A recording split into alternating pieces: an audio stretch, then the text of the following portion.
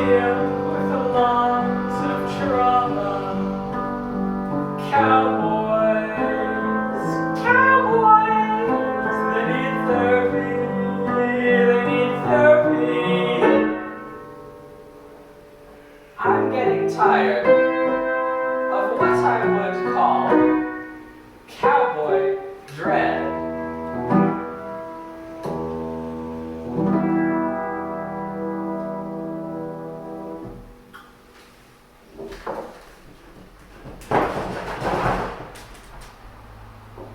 Howdy, this is me, Owen, and I'm a cowboy of the Cowboy Collective. And last week I made a commitment to start playing cowboy songs out the window here where I am in Europe currently. I wanted to mix things up a bit this week and talk a bit about the cowboy songwriting process. So what I'm going to do is try to write a cowboy song in real time, which is a very intimidating task, and you'll have to bear with me. It's going to be an absolute train wreck, but hopefully a fun train wreck. Songwriting takes a lot of practice, but ultimately I think it's something that anyone can accomplish. I got a notepad here just in case I want to write stuff down. The church bell's going off, I don't know how much that's audible. Most songs kind of have two parts going on, right? You've got the underneath thing, and then you've got sort of the melody and the singing on top, right? So in the case of like Cowboy Man, the melody is going, Cowboy man with his heart of gold, right? That's kind of the melody that goes on top. And then underneath, you've got the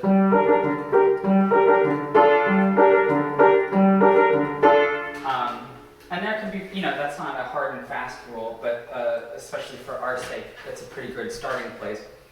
So you got to start with one of those, and then you got to kind of create the other one in order to match the one that you have. For this, I'm going to start with the melody. The melody is the part that you sing, and it's going to be more kind of singable and more catchy, at least in my experience, if I start with the melody. One of the things that I like to do is find something that's kind of interesting, and the thing that makes something kind of interesting is it being a little bit unexpected. So in the case of the song Illegal Cowboy, we've got the oh,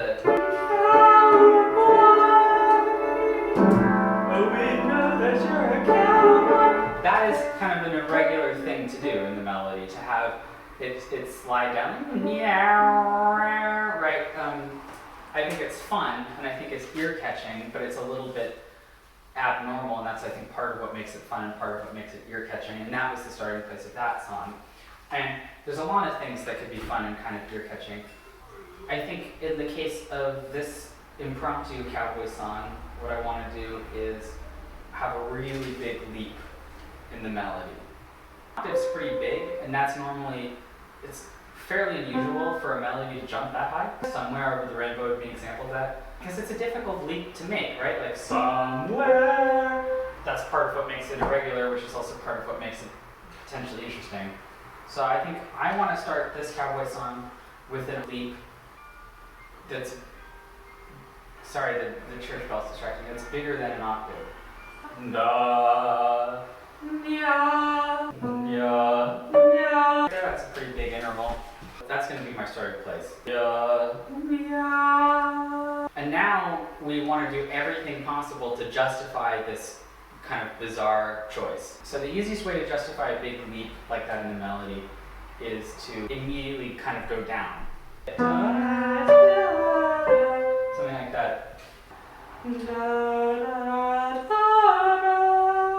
I like that. That has that big leap in there. Sorry, I'm doing this live. This isn't prepared.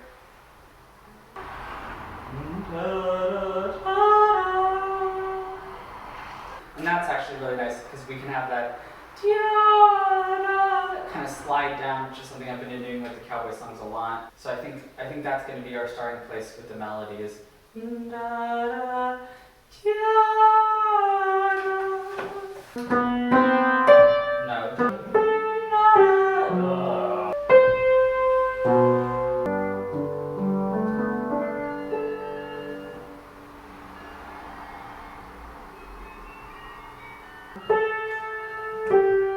That's it. That's the leap that I want to make. This is easier to justify. I've changed it a bit. Changed it a little bit. It's still a big leap. That's what I wanted. Big leap. Good night. It feels very small. Everything starts somewhere super small. Now what I want to do is I'm already sort of singing some lyrics to this. Good night.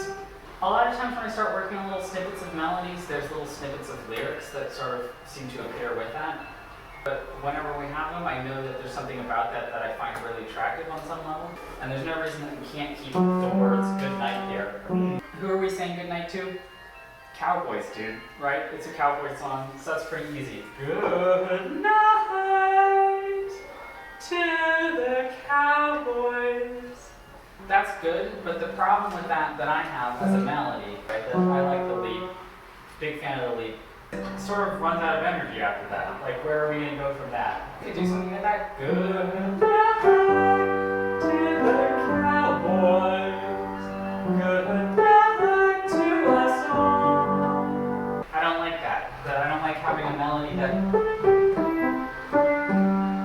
kind of runs out of energy, and then in order to try to regain energy, you just sort of good night to the cowboy. Good night to the sun. And I try to go.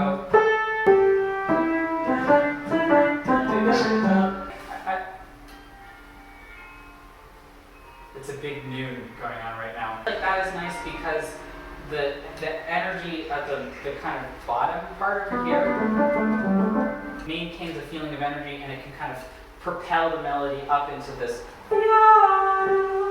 kind of slow spot, and then it falls back, but then it kind of falls back and hits the ground running a bit, and that sort of justifies this propelling up into the slow spot. I think that is a better shape of the melody. And then now, of course, the cowboys, and then we run out, right? We run out of words there, and we can try to stretch out the words, I guess. Good night to the cowboys. But that just feels a little bit silly. What kind of cowboys are these? To the cowboys that shoot. Good night to the cowboys that dance. Well, we could add things that aren't cowboys. Good night to the cowboys and friends.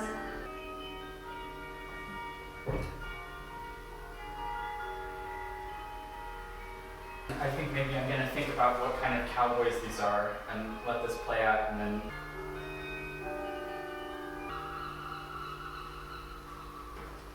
I think what I'm leaning towards is making the good night, that the word good night, I think, can be interpreted in a literal way of like it's bedtime and we're going to sleep. But I think it might be more interesting in this situation to make it figurative.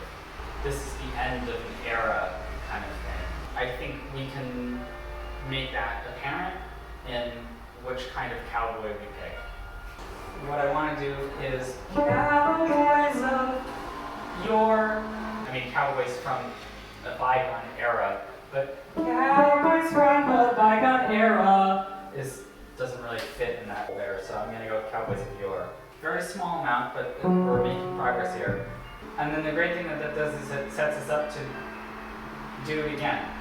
Fun trick of doing music, a lot of times you just do things twice. What are we going to do? We're going to do it again. What I want to do for the second round, so I want to try to have the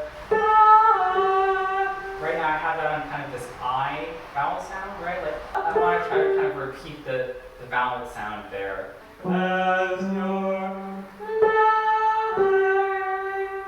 life. That's what I'm going with, life.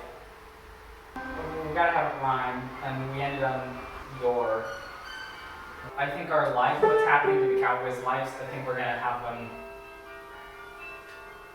We're gonna have it be your life's turning into lore. Good night to the cowboys of your as your life turned to legends and to lore, from legend into lore. Legend into lore is not bad.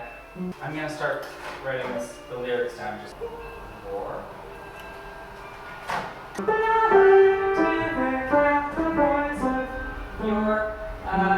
Your lives turn from legend into lore. Within this kind of songwriting, we've got the melody, and then we've got the stuff that supports the melody. I think right now might be a good time to start thinking about what it is that is going to support this melody here. To have it sort of be a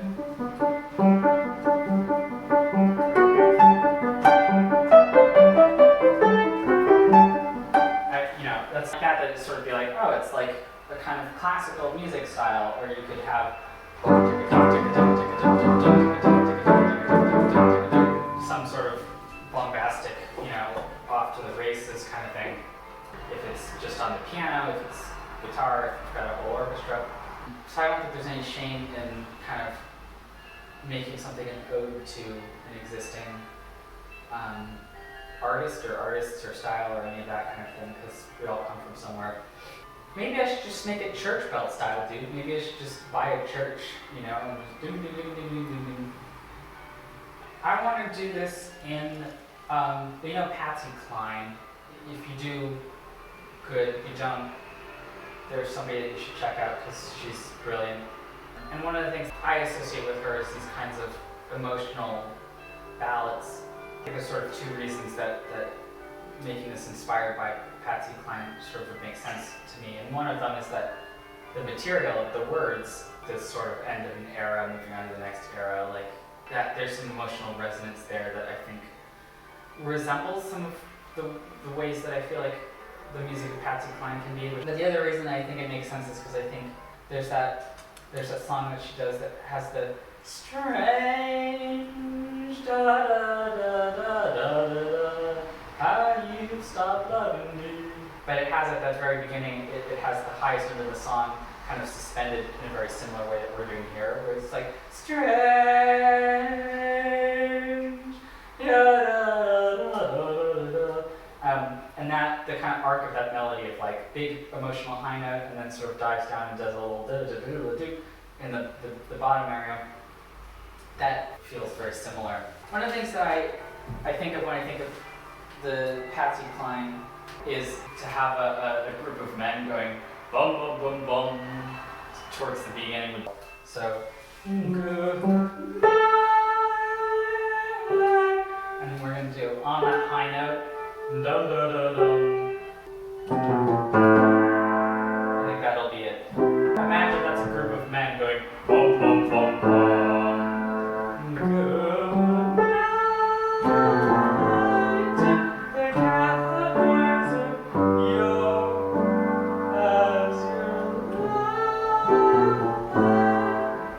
This is by no means an original or interesting chord progression to be doing.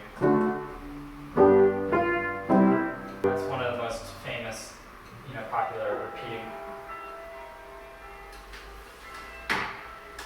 It is good if what we're trying to do is not be super original, but try to be something that immediately recalls a certain style and a certain era. That chord progression is very much rooted in that era and that style, and so that is very useful for at least kind of achieving that effect. So.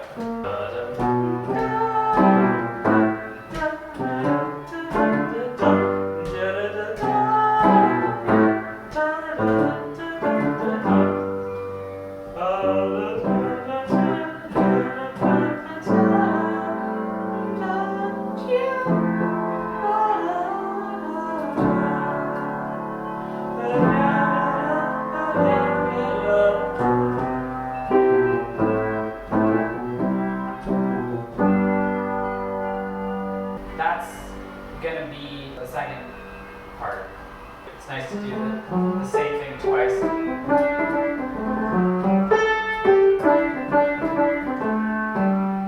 And then to do something different.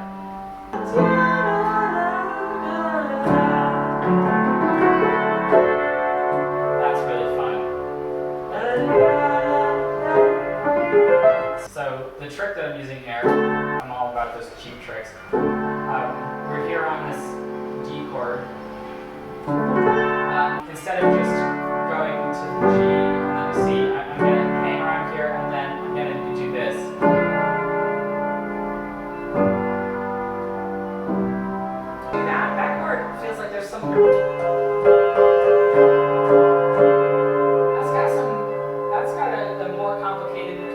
song to it, which is great, you know, because if we're doing a song that's kind of in this like heartbreaky ode song, we want to have some kind of emotional complexity, and then of course get back to where we started. So now what our song looks like in total is goodbye to the cowboys of yore, as your life turns from legend into lore.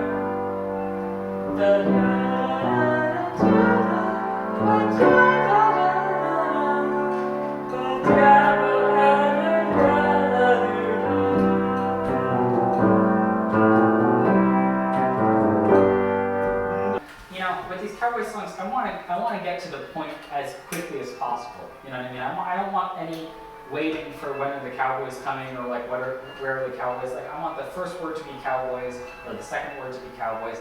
This one, you do have to wait a little bit for the cowboys. Good night to the cow. It's the fourth word, but it's still in there, 5 words in. Gets straight to the point, and I think this is a really lovely point. I think there's some kind of truth to this sentiment, you know, and I think this will kind of really work, at least for me. So this is a great starting point, and then we really just have to figure out what the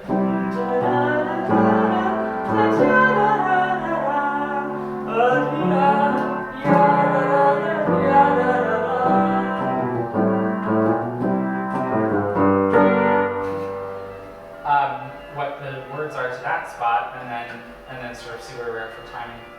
I feel like the process of writing the lyrics for that section is not significantly different from the process of writing lyrics for the first section. And I'm going to stop it, and then I'm going to try to actually finish the song in its entirety.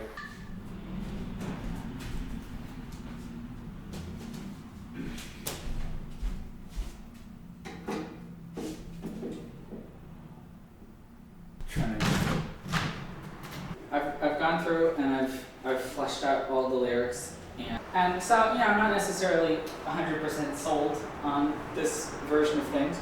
That's kind of not the point. You know, there's no such thing as a perfect piece of art. There's just art that's good enough to communicate something.